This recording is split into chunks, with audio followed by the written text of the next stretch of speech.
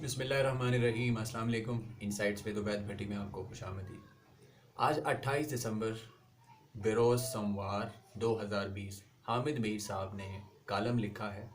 उस कालम के अंदर इतने सारे झूठ हैं, इतनी सारी बददयानती है और इस कदर गलत बयानी की गई है। उसमें से चंद अहम तरीन चीज़ें मैं आपके सामने रखूँगा ताकि भोली भाली आवाम को भी ये अंदाज़ा हो कि सहाफ़त के ये बड़े बड़े बुर्ज, ये सतून जो हैं, गुज़श्ता 30 साल से कौम को किस तरह से बेवकूफ़ बना रहे हैं और अब भी अपनी महबूब जमातें जो हैं, जिनमें जो कि अब इस वक्त पीडीएम में ज़म हो चुकी हैं, सारी एक पेज पर हैं, उनकी जो इस वक्त सुबकी हो रही है, जो बदनामी हो रही है या आवाम के अंदर जो वो एक्सपोज हुए हैं, तो उसको रेस्क्यू करने के लिए, बचाने के लिए किस तरह से हामिद मीर साहब ने ये झूठ लिखा है।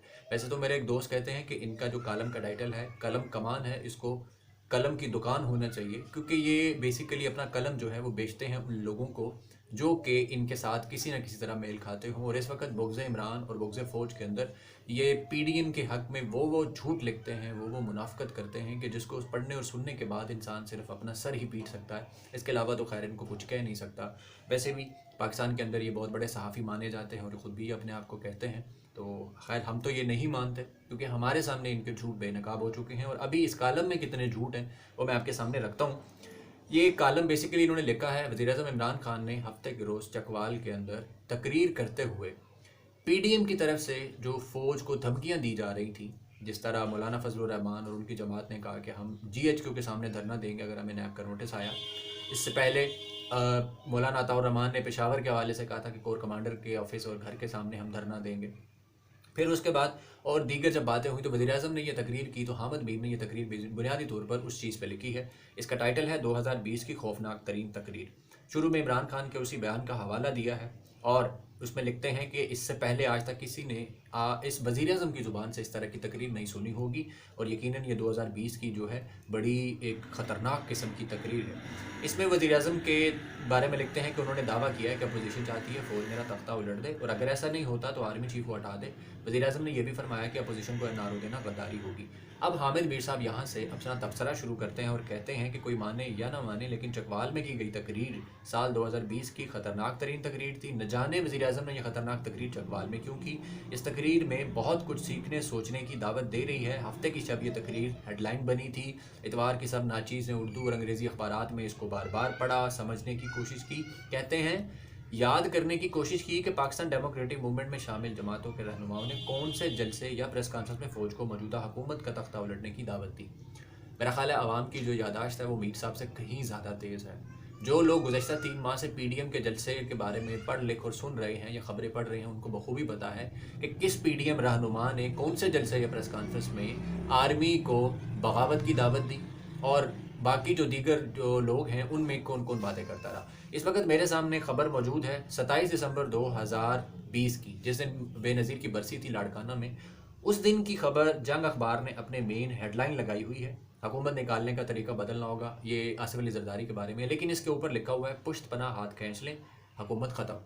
अब्दुल गफूर हैदरी, इनका ताल्लुक जमीयत उलमा इस्लाम से है। आप खुद अंदाज़ा कर सकते हैं कि पुश्त पनाह हाथ खींच लें, हुकूमत ख़त्म, तो इसका क्या मतलब है। फ़ौज को क्या पैगाम दिया जा रहा है कि इदारे हुकूमत के पीछे ना खड़े हों, हम हुकूमत को ख़त्म कर देंगे। तो इसका यही मतलब होता है। फ़ौज या बाकी जो इदारे होते हैं वो हुकूमत के साथ एक पेज पर हुआ करते हैं, और जब इदारे और हुकूमत के दरमियान इख्तलाफात होते हैं या एक पेज पर ना हो तो वो हुकूमतें चाहे चल नहीं पाती। 2014 में जब इमरान खान ने धरना दिया था तो उस वक्त भी नवाज शरीफ और उनकी बेटी धड़ल्ले से ये बात करते थे, उनके वज़रा भी, कि फ़ौज और हुकूमत एक पेज पर है। तस्वीरें शेयर की जाती थी और इसीलिए 5 साल पूरे किए नून लीग ने। सबको पता था एक पेज पर है, इदारे जो हैं वो हुकूमत के पीछे खड़े। तो अब भी इदारे हुकूमत के पीछे खड़े हैं क्योंकि यही आईनी तकाजा है। इमरान खान के पास 5 साल का मैंडेट है और इदारे जो हैं वो इमरान खान के साथ खड़े हुए हैं और ये लोग इस तरह से बयान दे रहे हैं कि इदारे जो हैं वो इमरान खान की बैक से हट जाए। अच्छा खैर, इनके बयान का जो झूठ है वो मैं एक और आपको बताता हूँ। 12 नवंबर 2020 को मरीम नवाज़ ने बीबीसी को इंटरव्यू देते हुए कहा कि फ़ौज के साथ एक ही शर्त पर बात हो सकती है, अगर इमरान खान हुकूमत को घर भेज दिया जाए। आपकी नज़रों से गुजरा होगा ये बयान, आपने सुना भी होगा। मरीम नवाज़ ने जब ये बयान दिया था तो बहुत ज़्यादा शोर मचा था और उन्होंने कहा था ये सुपरमेसी की बातें करते हैं, वोट को इज्जत दो की। तो उसी फ़ौज से कह रहे हैं जिस फ़ौज के ऊपर इल्ज़ाम लगाते हैं कि उन्होंने 2018 इलेक्शन में नून लीग की जो वोट थे वो चोरी किए, और अब कह रहे हैं कि जी फ़ौज इमरान खान को घर भेजे तो फिर इनसे बात हो सकती है। खैर, ये मीर साहब का झूठ आपके सामने आ गया। उसके बाद डॉन न्यूज़ के अंदर भी 12 नवंबर 2020 को हेडलाइन लगी हुई है, तहरीक इंसाफ की हुकूमत को घर भेजने की शर्त पर फौज से बात हो सकती है। तो मीर साहब का ये झूठ तो यहीं पे बेनकाब हो गया। आप खुद भी ये चीज़ें चेक कर सकते हैं, और बहुत सारी चीज़ें हैं वो मैं भी आगे आपके सामने रखता हूँ। इसके बाद कहते हैं कि ये दुरुस्त है कि साबिक वज़ीर-ए-आज़म नवाज शरीफ ने लंदन से वीडियो लिंक पर की जाने वाली तकरीरों में आर्मी चीफ और DGI पर तनकीद की, लेकिन ये तनकीद 2018 के इलेक्शन में मुबैना मुदाखलत के हवाले से थी। किसी भी तकरीर में नवाज शरीफ ने फ़ौज को ये नहीं कहा कि इमरान खान का तख्ता उलट दो, और अगर आर्मी चीफ ऐसा नहीं करते तो उन्हें उनके ओहदे से हटा दिया जाए। नवाज शरीफ के अलावा फजलुर रहमान, मरियम नवाज, बिलावल जरदारी, अख्तर मेंगल और दीगर रहनुमाओं ने भी अगर तनकीद की तो वह सियासत में मुदाखलत के बारे में थी। मेरे साहब हद करते हैं वैसे आप, इस कदर झूठ, इस कदर मुनाफकत, इस कदर गलत बयानी। नवाज शरीफ हर जलसे के अंदर तकरीर करके फ़ौज को बगावत करने का कहते रहे अपनी कमांड के ख़िलाफ़, और फ़ौज को बाकायदा ये धमकियां देते रहे कि इमरान खान की हुकूमत के पीछे से हट जाओ, ये खटपुतली है, तुम सिलेक्टर हो, ये सिलेक्टेड है, पीछे से हट जाओ, आवाम को हक़ हुक्मरानी दो। तो ये क्या होता है, फ़ौज को बगावत पर उकसाना क्या होता है। पूरी दुनिया के मीडिया ने ये हेडलाइंस लगाई थी।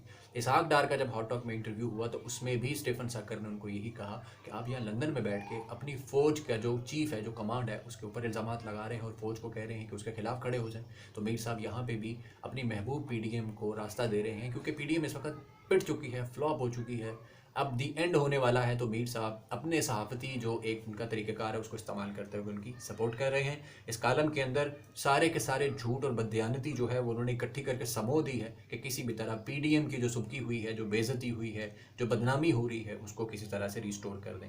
अच्छा, ये बात करते हैं मौलाना फजलुर रहमान ने कहा हो। मौलाना फजलुर रहमान 2019 में धरना क्यों ख़त्म कर गए थे, ये बातें ऑन रिकॉर्ड आ चुकी हैं। मौलाना ने खुद अपने मुंह से कहा है कि हमारे साथ यकीन दहानी हुई थी कि मार्च 2019 में इमरान खान की हुकूमत ख़त्म कर दी जाएगी। तो ये यकीन दहानी यकीनन किसी LDA, बल्दिया या किसी KTP या CDA ने तो नहीं करवाई थी ना, यकीनन फ़ौज से ही की होगी उन्होंने। और उसके बाद मौलाना हाफिज़ हुसैन अहमद जो है, इनकी जमात से इनको बाहर निकाला गया, उनका ये बयान सामने आ गया है कि मौलाना फजलुर रहमान बस इतना बता दें कि परवेज़ इलाही के साथ वो फ़ौज के किन नुमाइंदों से मिले थे जब 2019 का धरना ख़त्म किया गया था। तो इसके बावजूद भी हामिद मीर साहब कितने झूठ बोल रहे हैं, ये आपके सामने है। आवाम को किस तरह से अपनी जो इनकी सहाफ़ती करियर है और उसका वो जो ज़ौम है, इनको उसकी बुनियाद पर बेवकूफ़ बनाने की कोशिश कर रहे हैं। खैर, आगे सफाई देते हुए वही लिखते हैं कि PDM के जलसों में तो वोट का इज़्ज़त दो के नारे लगते रहे हैं। जो वोट इज़्ज़त दो के नारे लगा रहे हैं वो फ़ौज को सियासत में मुदाखलत की दावत कैसे दे सकते हैं। कमाल है मीर साहब, इस कदर मासूमियत, इस कदर क्या कहूँ मैं अब आपको, कैसे दे सकते हैं। बिल्कुल इसी तरह जैसे वो दे रहे हैं। अब्दुल गफूर हैदरी ने जिस तरह से ब्रिगेडियर से ये मिन्नत की थी कि मुझे वजारत आला दे दी जाए बलूचिस्तान की, ये मौलाना शरानी ने इंकशाफ किया। मीर साहब, आप तक ये खबरें पहुंची होंगी, लेकिन अलग बात है कि आपका एजेंडा कुछ हो रहा है और आप जिस तरह से ये बातें कर रहे हैं। फिर इसके बाद कह रहे हैं कि इमरान खान ने अपोजिशन पर जो इल्ज़ाम लगाया है उसे आसानी से नज़रअंदाज नहीं किया जा सकता। अगर वाकई अपोजिशन के किसी रहनुमा ने तकरीर, प्रेस कॉन्फ्रेंस में किसी फ़ौज को मुंतखब हुकूमत के खिलाफ भड़काने की कोशिश की है तो कौम को तफसीलात से आगाह किया जाए। मीर साहब, मैं आपको आगाह कर रहा हूँ ना, ये सारी हेडलाइंस मौजूद हैं। हाफिज़ हुसैन अहमद के बयान मौजूद हैं, मौलाना शरानी के बयान मौजूद हैं, फजलुर रहमान का बयान मौजूद है कि हमारे साथ 2019 के अंदर मार्च का मुआहदा हुआ था कि हम इस हुकूमत को घर भेज देंगे। नवाज शरीफ जल्द से उसकी तकरीरें उठा कर दोबारा सुनिए ना, आपने मिस कर दी होंगी या जानबूझ के आप गलत बयानी कर रहे हैं। उसको दोबारा सुनिए कि किस तरह फ़ौज को बगावत पर उकसाया जाता रहा, इस हुकूमत के पीछे से हट जाने पर उकसाया जाता रहा। फिर मरियम नवाज़ का इंटरव्यू मौजूद है BBC पे, आप जाके सुन सकते हैं, जिसमें उसने कहा है कि इमरान खान की हुकूमत जो उसको घर भेजने की शर्त पर फ़ौज से बात हो सकती। फिर इसके बाद और दीगर जो बातें की, और बिलावल ने जब कहा कि सिलेक्टर अगर पीछे हट जाएँ तो मैं टांग मारकर हुकूमत गिरा दूंगा, ये भी ऑन रिकॉर्ड है। तो मीर साहब ऐसे ना कीजिए, हमें बेवकूफ़ मत बनाइए। और उसके बाद फिर मीर साहब ने कहा है कि जी किसी रहनुमा ने फ़ौज को खुफिया ख़त लिखा हो तो उसको सामने लाया जाए। फिर हवाला दिया 1977 का कि तब ऐसा हुआ था, तो वगैरह वगैरह, तो ये सारी बातें की। फिर आगे कह रहे हैं जी वज़ीर आज़म के इर्द गिर्द मौजूद अफराद उनको बेवकूफ़ बना रहे हैं या उनको गलत इतलात पहुँचा रहे हैं, गलत मशवरे दे रहे हैं। जब वज़ीर आज़म ये कहते हैं कि अपोजिशन को NRO देना गद्दारी होगी तो सवाल पैदा हुआ अपोजिशन को NRO कौन दे सकता है। सरकार, इमरान खान दे सकता है। आपके सामने है सारी चीज़ें कि किस तरह 34 चेकें नैब की बदल कर अपोजिशन ने पेश की, उसमें सारा NRO ही था कि इनके 1999 के बाद के सारे केस माफ़ हो जाएं, तो ये NRO ही था। यही काम परवेज़ मुशर्रफ ने किया था कि आपके पुराने सारे केसेस ख़त्म, दी एंड, जो कत्ल गारत लूट मार सब कुछ किया सब ख़त्म, और सबके सामने है, वो ख़त्म हो गया था। नवाज शरीफ का हुदैबिया पेपर मिल केस नहीं खुल सका। 90 की दहाई में जो उन्होंने जो लूट मार की वो ख़त्म। आसिफ जरदारी का कौन सा केस है बताइए ना ज़रा हमें। ये बेनज़ीर का जो उनके 2007 से पहले वो जो केस ठप कर दिए थे परवेज़ मुशर्रफ ने, उनमें से कौन सा केस खोला है। आप इस तरह से बेवकूफ़ मत बनाएं।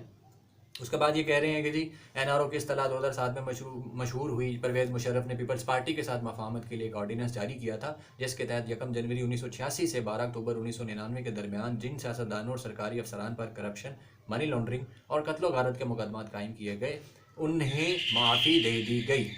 अब बात यह है कि बंदा क्या कहे इनको बार बार झूठ बोलने पर कि ये इस्तलाह तो मुतारिफ हुई थी, डिक्टेटर साहब ने ये एनआरओ दिया पीपल्स पार्टी और नून लीग को, तो जनाबे वाला ये केसेस दोबारा भी नहीं खुले थे और आपने इसमें नून लीग का जिक्र क्यों नहीं किया? क्या वजह है कि सिर्फ पीपल्स पार्टी को आप साफ करने की कोशिश कर रहे हैं, आवाम की नज़रों में उसको बड़ा एक मजलूम और मासूम दिखाने की कोशिश कर रहे हैं? जनाब, इसमें नून लीग का जिक्र करें ना, इसमें ब्यूरोक्रेट तो आपने रगड़ के ले आए कि जी ब्यूरोक्रेट भी थे, ये भी था, वो भी था। फिर उसके बाद कहते हैं कि जी पीपल्स पार्टी जो है उसकी जिम्मे सारी बदनामी आई। हालांकि फ़ायदा उठाने वालों में फ़रोग नसीम, उनके तादी अल्ताफ़ हुसैन, ब्रिगेडियर इम्तियाज़, ब्रिगेडियर असलम आयात कुरैशी समेत बड़े बड़े ब्यूरोक्रेट शामिल थे जिनका पीपल्स पार्टी से कोई वास्ता नहीं था। जनाबे वाला फिर आप नून लीग को यहाँ पे रिलैक्स कर रहे हैं, उनको छूट दे रहे हैं, तो ये आपकी सहाफ़ती बदयानती है, आप झूठ बोल रहे हैं, ये गलत बयानी ना किया करें। फिर इसके बाद खैर ये लिखते हैं कि जी इसी एनआरओ को सुप्रीम कोर्ट के एक फुल बेंच ने 16 दिसंबर 2009 को कलअदम करार दे दिया। जी बिल्कुल कलअदम करार दिया और उस वक्त के वज़ीर-ए-आज़म से कहा था कि स्विस हुकाम को ख़त लिखिए ताकि आसिफ जरदारी के खिलाफ स्विस केसेस खुलें, लेकिन उन्होंने ख़त नहीं लिखा, जिसके बाद तौहीन अदालत की वजह से उनको नाअहल होना पड़ा था। लेकिन केस तो कोई भी नहीं चला। आप किसको क्लीन चिट देने की कोशिश कर रहे हैं सरकार? इतने झूठ मत बोलिए। और सिर्फ वो भी बुग्ज़ है इमरान में कि इमरान खान ने आप तो इंटरव्यू देना छोड़ दिए, आपको ट्विटर पे फॉलो नहीं किया, उन्होंने अनफॉलो कर दिया। और फ़ौज के साथ आपका जो बुग्ज़ है वो तो बहुत पुराना है, वो मैं अलग से लोगों को बताऊंगा कि वो किस तरह का बुग्ज़ है, उसके पीछे क्या क्या चीज़ें हैं, किस तरह आप और आपके भाई मिलजुल कर फ़ौज के खिलाफ काम करते रहे और कर रहे हैं, और आसिफ जरदारी साहब का क्या ताल्लुक है। खैर उसके बाद ये आगे लिखते हैं जी परवेज़ मुशर्रफ ने जब एनआरओ दिया वो वर्दी में थे, इसके बावजूद एनआरओ बरकरार न रह सकता। फिर इन्होंने नवाज शरीफ की बात की है कि जी नवाज शरीफ के बारे में लोग सोचते हैं कि उन्हें खामोश एनआरओ के साथ जो है ना बाहर भेजा गया, हालांकि हकीकत में ऐसा नहीं है। नवाज शरीफ को अदालत ने चंद हफ्तों के लिए इलाज के घर से बैरून मुल्क भेजा, लेकिन वो भी हुकूमत की इजाज़त से मशरूत था। जी बिल्कुल मशरूत था, हुकूमत ने मशरूत भेजा था, 4 हफ्तों की ज़मानत थी, वो आज तक नहीं आए। आप ही ने कहा था कि नवाज शरीफ 4 हफ्तों में वापस ना आया तो सबसे ज़्यादा मैं शोर मचाऊंगा, इसको जाने दो। जब इमरान खान ने कहा था 7 अरब के बॉन्ड जो हैं वो छोटी के तौर पर लगाओ, लेकिन अदालत ने 50 रुपये पर जाने दिया। आप तो नहीं शोर मचा रहे, आप तो आज बल्कि नवाज शरीफ के हक़ में दिन रात प्रोग्राम करते हैं, कॉलम्स लिखते हैं, इसमें भी आपने वही बात की, आपने गलत बयानी की, आपने झूठ बोला। आप किसको बेवकूफ़ बनाने की कोशिश कर रहे हैं यार? हामिद मीर साहब ऐसे ना करें, आपका एक कद काठ था हमारी नज़र में, लेकिन अब वो बिल्कुल नहीं रहा। आपके इतने झूठ हैं कि बंदा क्या उसको बयान करे। फिर इसके बाद इन्होंने वही लंबी चौड़ी कहानी लिखी कि अदालत ने जो है कई माह तक वापस ना आए, कबीना ने मंजूरी दी थी, इश्तहारी करार दे दिया गया, अदालत ना वज़ीर-ए-आज़म कोई भी एनआरओ नहीं दे सकता।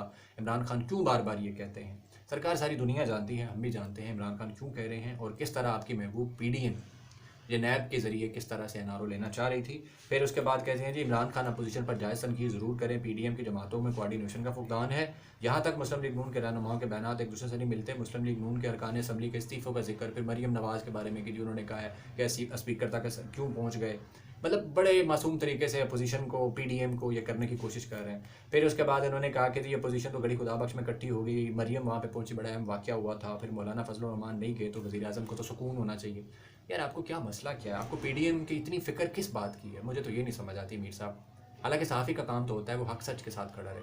आपने खुद एतराफ़ किया है कि पीपल्स पार्टी को एनआरओ मिला, आप उसके बावजूद वो पता है कि वो चोर थे, करप्ट थे, एनआरओ मिला, केसेस बंद हुए, लेकिन आप उनके साथ खड़े हैं, उनके साथ दोस्तियां हैं, दिन रात उनकी आप तस्बीह और सना करते रहते हैं। जनाब मीर साहब आपकी कमाल है। खैर फिर उसके बाद आगे ये लिखते हैं कि मीडिया के कुछ लोग भी फजलुर रहमान और बिलावल के इख्तलाफात की कहानियाँ तलाश कर रहे हैं और उनमें से कुछ ऐसे भी हैं जो सहाफ़त से थक चुके और इन्हें सीढ़ी बनाकर सेनेट का टिकट हासिल करने के लिए खुश हैं। लेकिन इन पर तनकीद हो रही है। मेरा ख्याल है वो लोग जो हामिद मीर के झूठ बेनकाब करते हैं, जो सच्ची खबरें देते हैं कि किस तरह पीडीएम फट चुकी है, और हामिद मीर साहब दिन रात एक बबल बनाते हैं झूठ का कि नहीं जी पीडीएम तो तबाही बर्बादी करने आ रही है, मौलाना फजलुर रहमान इस्लामाबाद आएंगे तो 3 इस्तीफ़े लेके जाएंगे, फिर पता नहीं क्या होगा। इतने झूठ बोले मीर साहब ने और सारे फ्लॉप हुए, सब बेनकाब हुए, लेकिन मीर साहब के झूठ ख़त्म नहीं हो रहे और यहाँ फिर ये वही कहानी दोहरा रहे हैं। फिर उसके बाद इन्होंने कहा है कि इमरान खान अपने राजदुलारों में से किसी को सेनेटर ज़रूर बना दे ताकि आवाम को पता चल जाए कि पुराने पाकिस्तान की तरह नए पाकिस्तान में भी खुशामदियों की चांदी है। यानी अमीर साहब कह रहे हैं मैं खुशामदी नहीं हूँ, जो खुशामदी वो हैं जो इनकी इख्तलाफात की खबरें सामने लेके आते हैं, और इमरान खान जो है उनको वो कह रहे हैं। खैर फिर किस्सा मुख्तसर लिखते हैं। फिर उसके बाद कहते हैं मौलाना फजलुर रहमान के बारे में बहुत सारी मतलब आगे चीज़ें लिखी हैं कि अपनी तरफ से इन्होंने बिलावल को भी क्लीन चिट दी है, मरीम को भी, इमरान खान को चार्जशीट किया है और कहा है कि अगर इमरान खान सबूत नहीं पेश करते तो 62-63 के तहत इनके खिलाफ कार्रवाई होनी चाहिए, उसके मुर्तकब हो रहे हैं। फिर उसके बाद ये लिखते हैं कि अगर वो सबूत सामने ले आते हैं तो हम उन्हें यकीन दिलाते हैं कि हम जमहूरियत के खिलाफ साजिश करने वाले अपोजिशन रहनुमाओं की ना सिर्फ मजम्मत करते हैं बल्कि उनके खिलाफ कानूनी कार्रवाई का मुतालबा भी करेंगे। मेरे साहब रहने दो, आपसे नहीं हो पाएगा, ऐसे झूठ मत बोलिए। ये बयानात मैंने आपके सामने रख दिए हैं, आप जाके BBC पे चेक करें, मरीम नवाज़ का बयान, बिलावल का बयान, मौलाना फजल रहमान का बयान, हाफिज़ हुसैन अहमद का बयान सुनिए ज़रा। टांग मार मार के हुकूमत गिराने की, फ़ौज को बगावत की धमकियाँ जो दी नवाज शरीफ ने और जो कुछ कहा उनको, इसके बावजूद आप नहीं मान रहे, तो आप ये आवाम को बेवकूफ़ मत बनाएं रीडर्स को ये कह के, क्योंकि वो जवाब नहीं दे सकते आपको इस पर। वो रीडर बेचारा ये पढ़ेगा तो वो तस्लीम कर लेगा। इस तरह बेवकूफ़ मत बनाएं। आपने तो कहा था नवाज शरीफ वापस ना आया तो सब मैं शोर मचाऊंगा, अब तो नहीं मचा रहे, अब तो दिन रात उसको मजलूम साबित करते हैं, अब तो इमरान खान के खिलाफ बात करते हैं, चाहे कुछ भी हो। PDM को आपने हर सूरत सेव करना होता है। तो मेरे साहब हद होती है बदयानती की, झूठ की, और जिस कदर आप कर रहे हैं ना, इसका दी एंड तो एक ना एक दिन होना ही है, और आपके झूठ आवाम के सामने बेनकाब हो रहे हैं। हम इंशाल्लाह इनको बेनकाब करते रहेंगे। नाज़रीन मुझे इजाज़त दीजिएगा, अब तक के लिए इतना ही। अल्लाह हाफिज़।